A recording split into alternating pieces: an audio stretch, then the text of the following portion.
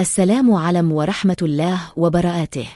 अल्लाह ताला आप सबको खुश रखे, ईमान में मजबूती अता फरमाए और हमारी नमाजों को कबूल फरमाए।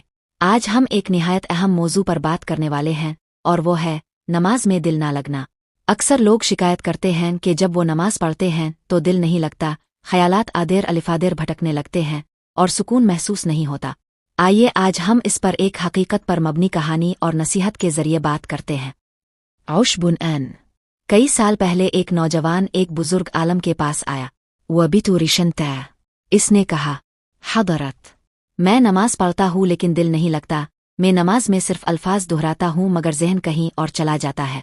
कभी कारोबार याद आता है, कभी दोस्त, कभी दुनियावी बातें। मुझे लगता है मेरी नमाज कबूल ही नहीं हो रही। बुजुर्ग आलम मुस्कराए और इस नौजवान से कहा, बुआ, तुम खेत में पानी डालते हो? नौजवान ने जवाब दिया, जी हाँ हजरत। बुजुर्ग ने फरमाया, जब तुम पानी डालते हो तो क्या हर पौधे को फौरन फल लग जाता है? नौजवान ने कहा, नहीं हजरत, इसमें वक्त लगता है, मेहनत करनी पड़ती है, फिर जाकर दरख्त फल देते हैं। बुजुर्ग ने फरमाया, बिल्कुल ऐसे ही नमाज है। शुरू में दिल नहीं लगता, ख्यालात भटकते हैं, लेकिन अगर तुम सब्र के साथ नमाज को जारी रखो तो एक दिन अल्लाह ताला तुम्हें ऐसा सुकून अता करेगा कि तुम नमाज के बगैर रह नहीं सकोगे। ये सुनकर नौजवान की आंखों में आंसू आ गए। इसने कहा, हदरत, अब मैं नमाज कभी नहीं छोड़ूंगा, चाहे दिल लगे आना लगे, मैं नमाज जरूर पढ़ूंगा। नसीहत और समझने वाली बात। मेरे अजीज भाइयों और बहनों, ये हकीकत है कि नमाज में कभी कभी दिल नहीं लगता। इसकी वजूहात मुख्तलिफ हो सकती हैं।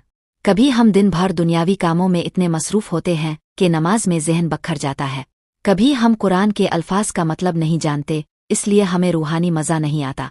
कभी शैतान वसवसे डालता है ताकि हम नमाज से दूर हो जाए। लन अडर।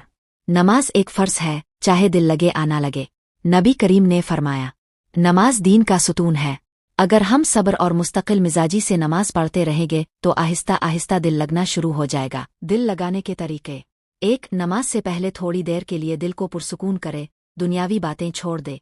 2. कोशिश करे कुरान की सूरतों के मानी सीखीं। जब अब समझ कर पढ़ेंगे तो दिल खुद बखुद लगने लगेगा। 3. नमाज के दौरान ये सोचें कि मैं अपने रब के सामने खड़ा हूँ जो सब कुछ जानता है। 4. नमाज के बाद दुआ करे, आ अल्लाह, मेरी नमाज को मेरे लिए सुकून कल्ब बना दे।